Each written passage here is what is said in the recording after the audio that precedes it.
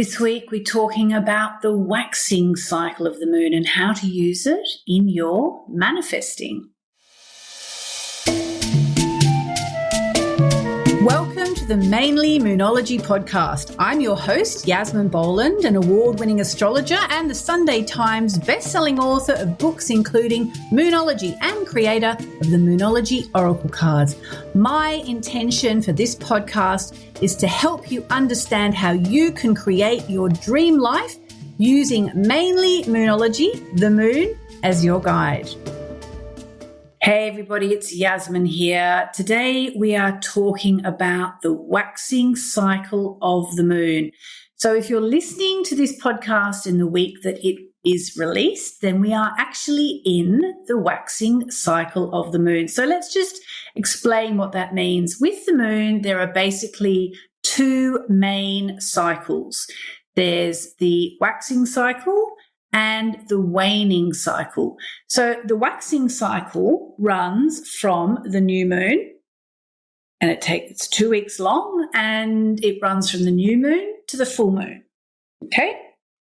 So we have the new moon. About a week later, we have the first quarter moon. And then about a week later, we have the full moon. All right? When the moon is obviously big and bright in the sky. And then after that, we go into the waning cycle. So the waning cycle goes from the full moon. Then a week later, we get the last quarter moon. And then about a week after that, we get the new moon, when the new moon is invisible. Okay, so in the waxing cycle, then the moon is getting bigger in the skies every night. And in the waning cycle, the moon is moving from full back to invisible at the time of the new moon. So the moon is getting smaller in the skies every night. So remembering that in Moonology, what I encourage people to do, because I want people to see that they can actually do this stuff actually works. Please try it. Please try it at home. At the new moon, we set intentions, okay? And, you have to work on your intentions. You have to raise your vibration to match the way you're going to feel when your intentions manifest. You have to take inspired action. You have to feel your wishes in your body. Affirmations can really help, all right? We do that at the new moon, and then we take inspired action, and we keep going, and we keep going. And then as we move into the waxing cycle, it really is time to chase our dreams, to really go for it. The waning cycle is when we've surrendered it all to the divine and we're like, okay, we're a bit like a field lying fallow, having been burned off and regenerating in time for the next new moon. And then that's the waning cycle. And then bang, bingo, we're into the waxing cycle again. And it's time to go for it. I often say that, if the whole world functioned with the moon, because the moon is the same internationally, we would all be so much better. We'd have 2 weeks on of really, really going for it.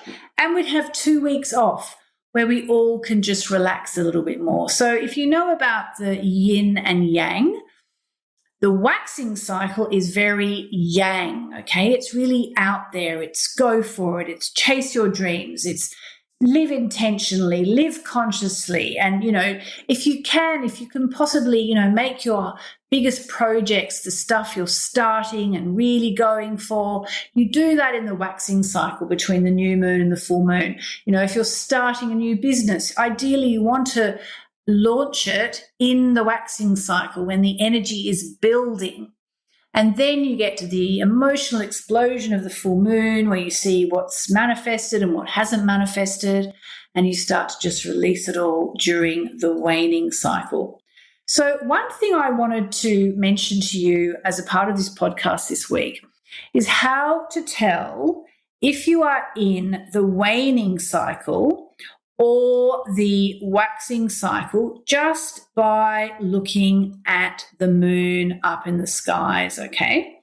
So first of all, I'm going to tell you for the Northern Hemisphere, because even though it's always, in the lunar cycle, it's always new moon at the same time everywhere around the world. It's always full moon at the same time. around the world. If the moon's in Aries in the northern hemisphere, it's in Aries in the southern hemisphere, and vice versa. What does look different is the shape of the moon, basically. So in the northern hemisphere, I want you to think of the crescent moon, okay? So you have a crescent moon that looks like a C, when the moon is a little sliver, and it will look like the letter C, okay? If it's the letter C in the northern hemisphere, it means it's the waning crescent moon. It means you're in the waning cycle, okay?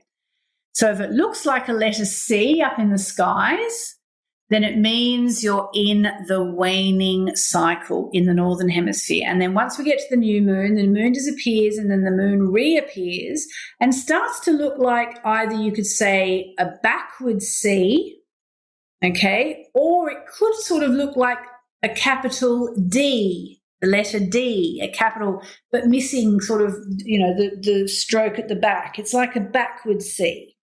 And when it's a backward C in the northern hemisphere, then you are in the waxing cycle, okay? When it looks like, let's say, a D or a backward C, you are in the waxing cycle. Now, I'm afraid to say we have to reverse that for down under, for Australia. So in the southern hemisphere, if the moon looks like the letter C, it means you are in the waxing cycle. And when it looks like a backward C or more like the letter D, then you are in the waning cycle. Gosh, I hope I have that right. That just blew my mind trying to explain it. It's really worth knowing if you're in the waning cycle or the waxing cycle, just being able to look up and work it out like that. I have another way that I like to work it out. I'm afraid this one works for the northern hemisphere, but if you've seen the triple moon symbol with the crescent moon that looks like a D and then a circle and then the crescent moon that looks like the C, if you remember that the moon, the big round moon in the middle is the full moon, then you will remember that the moon, when it looks like a D, is growing, developing. Then the moon in the middle is the full moon. And then after that, of course, we get the waning cycle moon as we move back towards the new moon. I hope that didn't just blow your mind like it blew my mind and confused you, because what I'm trying to do is make this easier rather than more complicated. But, it's really worth to start coming to grips with the waxing cycle and the waning cycle.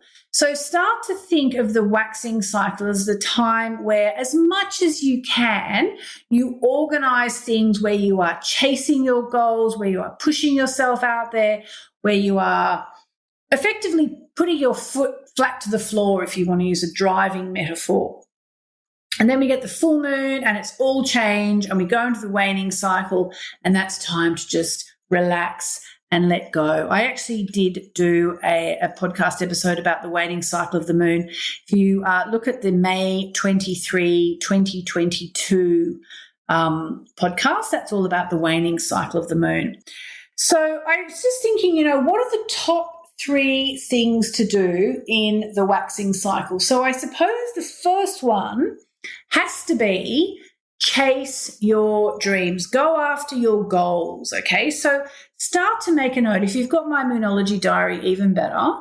But start to make a note of when you're in the waxing cycle and when you're in the waning cycle. And when you're in the waxing cycle, just remember, this is the time for me to really go for it. Chase your goals. I think the second thing to say about what to do in the waxing cycle is to really keep your new moon wishes and intentions in mind. It's only 2 weeks from the new moon to the full moon, and it's really a time to be going, okay, this is what I've said I want to create. This is the inspired action I said I'm going to take. And, this is the affirmation I created for myself. at the time of the new moon. So I'm really, really going to keep going with my wishes. I'm going to keep looking at my new moon wish list if I've kept them. I'm going to be taking inspired action. I'm going to be doing my affirmations, and I'm really going to be focused on chasing my dreams. Okay, so there are two things to do. I would say the third thing to do in the waxing cycle is to really stay connected to the divine. So whether you want to chant or work with angels or work with goddesses, just make sure, I think it's important to do that for the whole cycle of the moon, but especially during the waxing cycle. When you go out into nature, for example, just ask the energies, ask the angelic energies, ask the goddess energies, ask the nature element energies to be with you and to keep you motivated as you work towards your goals. It's a really, really good time to do this. It's a time to be really bold because it takes a certain boldness to decide, yes, I would like to bring this into my life. And remember, if you want to successfully manifest, you really have to manifest from your heart, okay? So it means manifesting with love, feeling the feeling of the wish fulfilled, and embodying the way you are going to feel when your dream manifests. If you manifest from the heart, not only are your manifestations much more likely to work, they're actually much more likely to last, okay? I'm just going to pause the podcast for a moment here to tell you about something we run here at Moonology every single month. It's called the Moonology Manifesting Challenge, and it's honestly one of the best things I've ever done in my career, hands down. It's 7 days for $7, and you get to work through the last part of the lunar cycle, from the last quarter of the moon to the new moon. You work through your blockages. You start to think about what you want, and then you go for it. It brings together amazing people. There's one day in there where you start to really push through limiting beliefs. It's all done on our Facebook group. It's inspiring, it's challenging, and it really can change your life. So if you would like to find out about it, just go to Moonology Manifesting Challenge.com and sign up and see if it can change your life. I promise you, it's changed the life of many, many people who've done it, who write to me and show me pictures of what they've manifested and talk about how they've had breakthroughs. It's honestly amazing, and I would love for you to be one of the people who does it and has a breakthrough and starts to realize how powerful you really are. The waxing cycle is very much the intention part of the 4-week moon cycle. So we have 2 weeks from the new moon to the full moon. It's all about intention. And then we have the 2 weeks from the full moon back to the new moon, and that's all about surrender. So I've told you 3 things, or 3 kind of attitudes to hold during the waxing cycle. Let's talk about what not to do in the waxing cycle. So I think the first thing would be, if you can possibly help it, don't allow yourself to just to sleep too much, to be too kind of fallow, to just, blob around, basically. That's not what you want to do, because it's so important to make the most of the waxing cycle. And every night the moon is getting bigger in the skies and we are able to tune into her. So the first thing not to do in the waxing cycle is to kind of just blob around and let the time pass. Another thing not to do in the waxing cycle, if you can help it and if it feels right, but it's not the best time to end something. I mean, unless you absolutely have to, and sometimes things don't really work with the moon cycle, and that's when it can feel a little bit like trying to push water uphill. Life just flows so much more smoothly when we're in tune, at least with the waxing cycle and the waning cycle. But if you're finishing something off, see if you can possibly do it in the waning cycle, because that's really the time to just let things go, okay? And I think the third thing to not do in the waxing cycle is to give up. Don't give up. Keep going in the waxing cycle. It's only 2 weeks from new moon to full moon. Do your affirmations, do your visualizations, do your chanting, do your yoga, do your sound baths, do all that stuff that keeps your energy right up. We are creative beings, okay? And sometimes there's nothing we particularly want to manifest. Sometimes we just want to enjoy life. But even then, get in touch with your soul. Go for walks in nature. Ask the creative energies to come through you. You just sort of aim to go forwards in the waxing cycle. And then in the waning cycle, you can take rest. It's so important to try and get in tune with the waxing and the waning cycle if you possibly can. Now, sometimes it's just not possible. I write a lot, and there are going to be, times in the waning cycle where I'd quite like to just put my feet up and, stare at the moon, but I've got a deadline, and when that happens, I go for it. I have to do it. And, deadlines don't necessarily wait for my moon timing. But where I can possibly do it, I will aim to do my biggest deadlines in the waxing cycle. And in particular, if I'm doing a launch of any kind in my business, like if I have a new product coming out, or I'm doing my certification course that I do every year, anything like that, I really aim to do it in the waxing cycle. In fact, this year, 2022, I launched my Moonology certification course, and Hay House gave me the date, and I looked it up on my ephemeris, and I was like, wait a minute, we're already in the waning cycle.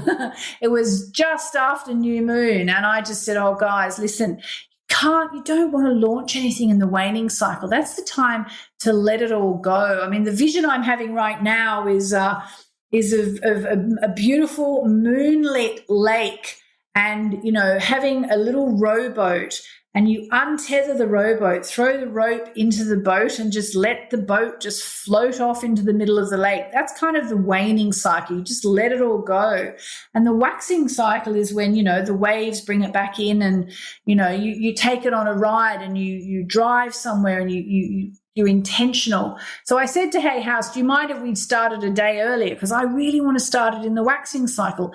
It's not superstition. It's ancient wisdom. It's ancient wisdom. So when it comes to the waxing cycle and manifesting, obviously the waxing cycle is the primo manifesting time in terms of taking action. So you set your intentions at the new moon, you take inspired action, you keep going for it at the quarter moon. Challenges can come up. Then you've got the gibbous moon when the moon's nearly full, and you might feel like, oh my God, how do I keep going? But you just keep going, keep staying positive. And then at the full moon, we surrender it all to the divine, okay? And then actually the waning cycle is also really important in manifesting, because that's when we let it go, and we just trust, and we offer it up to the divine, and we work on our non-attachment, and we let it all go, and we empty ourselves out, and then we see how we feel at the time of the next new moon. What do we want to attract?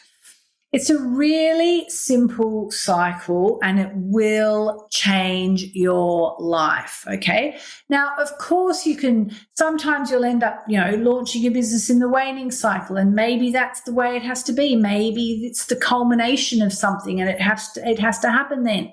Don't be superstitious about this. Just try and keep it in mind, and just know, like I say in my workshops, waxing cycle on, waning cycle off. If you can live with that, waxing cycle on, waning cycle off, if you can do that, you will start to really see that life is a lot simpler. When we work in tune with the moon, life is a lot simpler. It's easier to stay positive and motivated and driven and determined in the waxing cycle.